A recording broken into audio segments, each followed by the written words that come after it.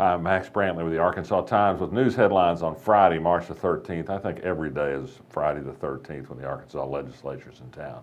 News today, Arkansas Treasurer Dennis Milligan will pay a $1,000 civil penalty for hiring his first cousin in violation of the state's anti-nepotism law. Attorney General Leslie Rutledge announced today in what she described as a settlement with Milligan of his violation, which he said was done out of lack of knowledge of the nepotism law. He also will pay $6,000 back of the money that was paid to his first cousin, Sam Swayze, for the month he did work for the state. He says he will pay it all out of personal funds. Dennis Milligan, who promised to restore integrity and high standards of operation in the office, is off to a small bad start, but he promises to do better. At the legislature today, the House approved a bill by Reginald Murdoch that will allow public school districts to get the same waivers given to charter schools that draw students from those districts. He says it makes an even playing field. John Walker gave an impassioned plea against watering down state standards, particularly as they regard certified teachers and fair dismissal laws for some districts. He said Lakeview commands equal opportunities for all, the same for rich, the same for poor, and he thinks this is a step backward. Elsewhere in the legislature today, a House committee approved something that already passed the state Senate with very little notice, and it's a bill that will allow a change in the state fire code. It was opposed hotly by the state police fire marshal, who says he thinks it's dangerous to allow schools to be able to put locks on doors that can be closed at times of supposed active shooter events. He said the fire code prohibits this sort of thing.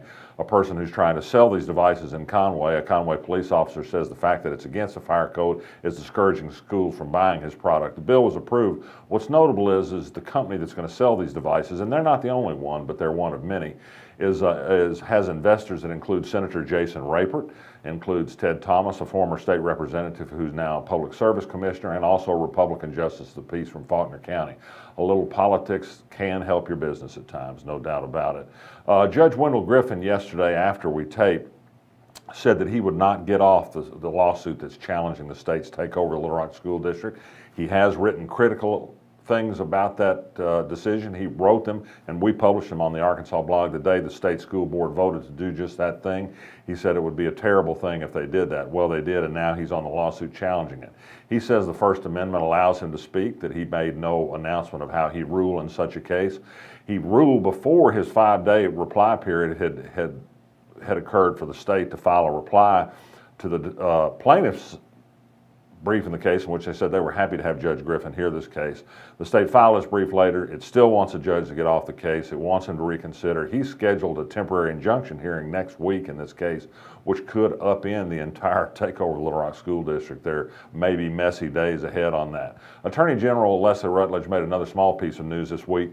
She again has refused a petition by a lawyer who's trying to make it easier to put local option alcohol issues on the ballot. He wants to change the law that requires 38% of registered voters in a jurisdiction to 25% of voters in the last election for governor. He just can't make Leslie Rutledge happy with his language on this. We'll see if he can get that onto the ballot or not. We're still working on the Justin Harris story. There's a lot more to come about adoption procedures and financial questions, many issues that go much further just on the personal adoption by Justin Harris of 2 children that he later got rid of and put in the home of a sex abuser. But one of them is that Mark Martin got engaged on Facebook. He's the Secretary of State, and reacted violently to somebody who thought that there were things unsettling about the Harris case. Mark Martin got in a heated dispute, said that Mark Martin was a humble and gentle man, and said that you couldn't believe anything of the misinformation you read in the Arkansas Times because it is a vile, anti-Christian and socialist organization. Mark Martin has investigated our hearts and minds and come up with a decision that he doesn't like what he saw there. Well, we're not fans of Mark Martin either, so it's okay.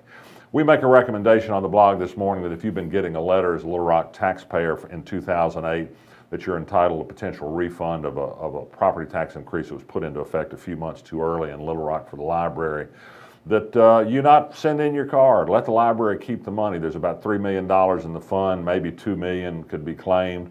The library says if the money isn't claimed, it's going to buy books and DVDs. We think we'll leave them our $20 and let them buy some more books. Arkansas together again down in Dallas. DMAC, Darren McFadden, the Arkansas running back, has been signed to a $5 million 2-year contract with the Dallas Cowboys, owned by our man Jerry Jones. And finally, more good news about the sanctity of marriage in Arkansas. You know, they're fighting gay marriage tooth and nail at the legislature and in the courts because they say it will destroy marriage. Well, as I observed this morning, I think straights have done a pretty good job destroying it in Arkansas already. We are number one in the percentage of our people who have been married at least twice. Number one in the percentage of people, 1 in 10, have been married at least 3 times in Arkansas. As I say, we think marriage is so special. A lot of us like to do it a lot of times. I'm Max Brantley. I'll be back next week.